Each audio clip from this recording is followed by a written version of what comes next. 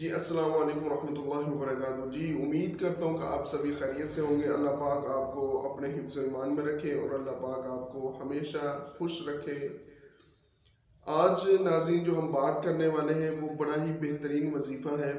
وہ ایسا وظیفہ ہے جو حضرت یونس علیہ السلام نے سمندر کی تہ کے اندر، مچھلی کے پیٹ کے اندر جو ہے نا وہ وظیفہ کیا تھا، وہ دعا پڑھی تھی، وہ اس کا ذکر کیا تھا، اللہ رب العزت کو یاد کیا تھا، اور اللہ رب العزت نے ان کو اس پریشانی سے، اس تکلیف سے، اس جگہ سے جو ہے نجات عطا فرما دی تھی۔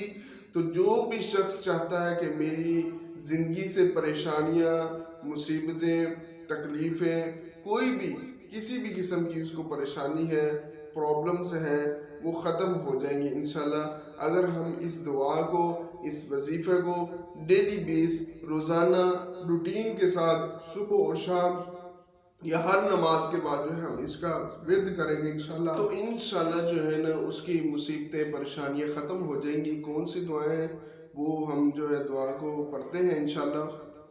لا الہ الا انت سبحانک انی کنت من الظالمین۔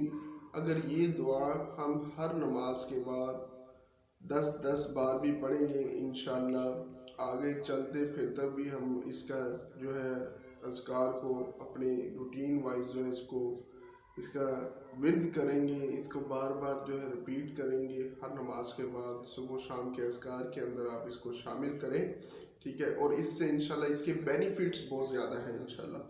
آپ کو ایک آدھے دن کے اندر ہی انشاءاللہ جو ہے نا آپ کو فائدہ ہونا شروع ہو جائے گا، آپ کی مصیبت، آپ کی پریشانی انشاءاللہ آپ سے دور جانا شروع ہو جائے گی انشاءاللہ، ٹھیک ہے؟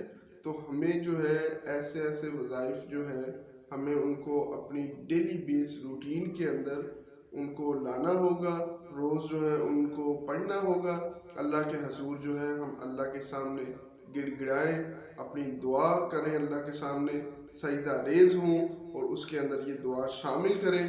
انشاءاللہ اللہ رب العزت ہمارا جو حامی و ناصر ہوگا، انشاءاللہ اللہ رب العزت ہماری ہر وقت جو ہے مدد کرنے کے لیے انشاءاللہ کوئی نہ کوئی سبب بنائیں گے انشاءاللہ۔